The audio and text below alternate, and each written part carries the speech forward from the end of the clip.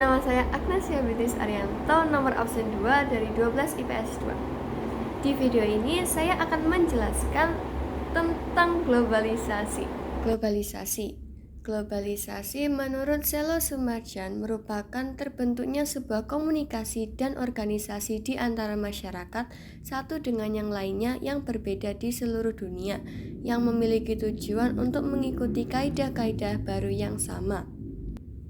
Dan globalisasi menurut Anthony Giddens merupakan keadaan saling ketergantungan antara individu, kelompok masyarakat, dan negara. Hubungan sosial akhirnya menjadi intens antar penduduk di dunia ini. Dapat disimpulkan bahwa globalisasi adalah tersebar luasnya pengaruh ilmu, pengetahuan, dan kebudayaan yang ada di setiap penjuru dunia ke penjuru dunia yang lain, sehingga tidak jelas lagi batas-batas yang jelas dari suatu negara. Karakteristik globalisasi. Yang pertama, adanya penemuan baru seperti telepon handphone, internet, dan berbagai macam alat komunikasi lainnya yang menunjukkan bahwa komunikasi secara global terjadi secara cepat.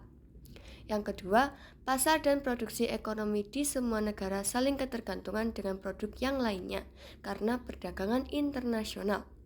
Yang ketiga, peningkatan interaksi kultural melalui perkembangan media massa, sehingga kita dapat melihat dan mengerti keragaman budaya dari setiap negara.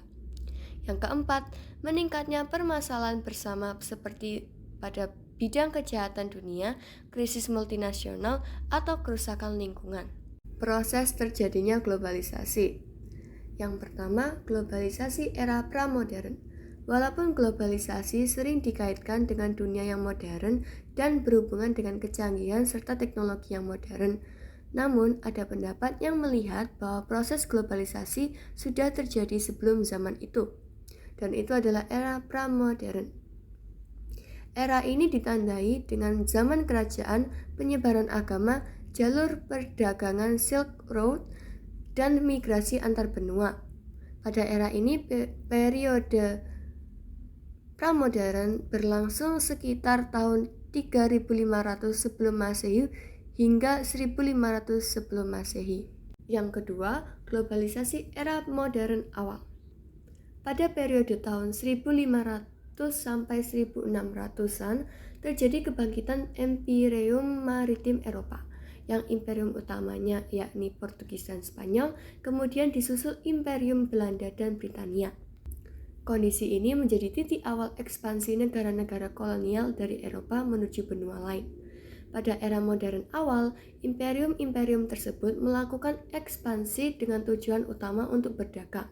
Namun, pada prakteknya, terjadi kolonialisme pada negara-negara lain tujuan ekspansinya.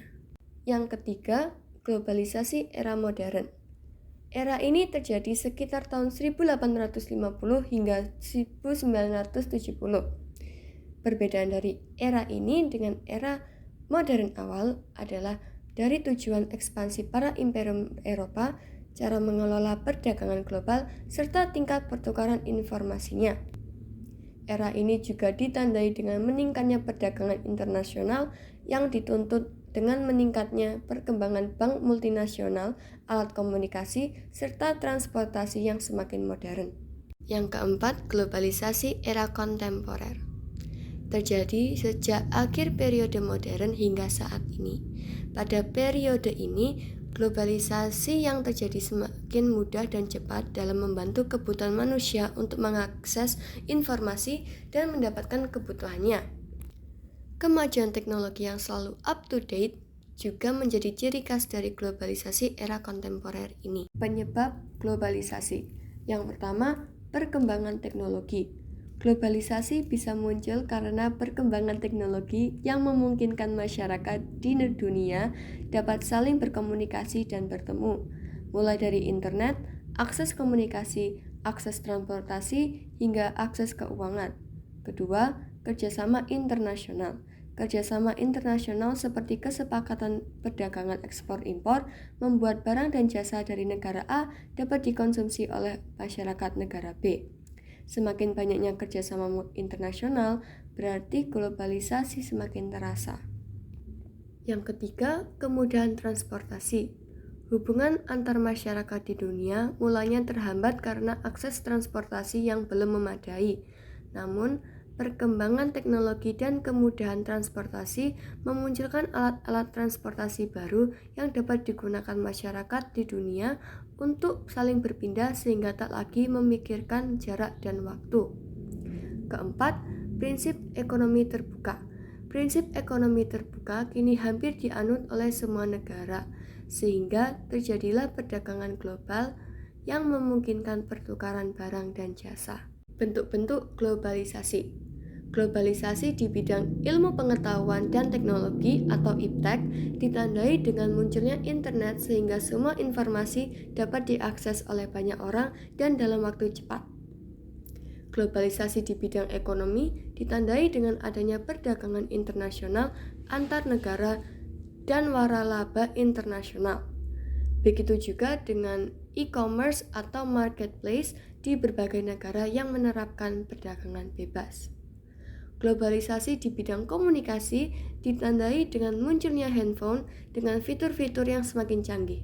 Tidak hanya ada internet, namun juga dapat mengakses email, sosial media, berbagi dokumen digital, dan lainnya. Globalisasi yang terjadi di bidang transportasi yakni munculnya berbagai jenis transportasi. Transportasi darat seperti motor, mobil, kereta, bus, dan lain-lain. Transportasi laut, berbagai macam kapal seperti kapal selam, kapal feri, dan lain sebagainya. Transportasi udara seperti pesawat, helikopter, roket atau pesawat luar angkasa. Globalisasi di bidang budaya adalah adanya interaksi dari berbagai kebudayaan di seluruh negara di dunia. Penggunaan bahasa asing yang semakin marak tidak terlepas dari interaksi budaya yang semakin meningkat di antara berbagai negara. Dampak positif globalisasi bagi Indonesia. Yang pertama, perubahan tata nilai dan sikap masyarakat Indonesia ke arah yang positif. 2. Etos kerja dan pemikiran masyarakat Indonesia banyak yang berubah karena globalisasi, seperti disiplin waktu, berpikir positif, dan giat bekerja. 3. Perkembangan ilmu pengetahuan dan teknologi yang lebih modern dan mudah dijangkau oleh masyarakat. Keempat, meningkatkan taraf kehidupan masyarakat Indonesia karena dengan kemudahan penggunaan teknologi, maka lapang pekerjaan yang terbuka juga semakin luas. Globalisasi bagi Indonesia tidak hanya membawa dampak positif, tetapi juga dampak negatif. Berikut adalah dampak negatif globalisasi bagi Indonesia. Pertama, apresiasi budaya lokal yang semakin pudar, sehingga kebudayaan asli Indonesia lama-lama bisa hilang. 2. Pergeseran nilai yang disebabkan oleh pengaruh budaya asing yang kuat ke Indonesia dan mengubah kehidupan masyarakat yang menerimanya. Ketiga, perubahan gaya hidup masyarakat Indonesia, contohnya menjadi konsumtif dan sikap individualis. Keempat, adanya kesenjangan sosial di bidang ekonomi, pendidikan, dan sosial di tengah-tengah masyarakat Indonesia. Sekian merupakan penjelasan saya mengenai globalisasi. Terima kasih sudah menonton. Bye-bye.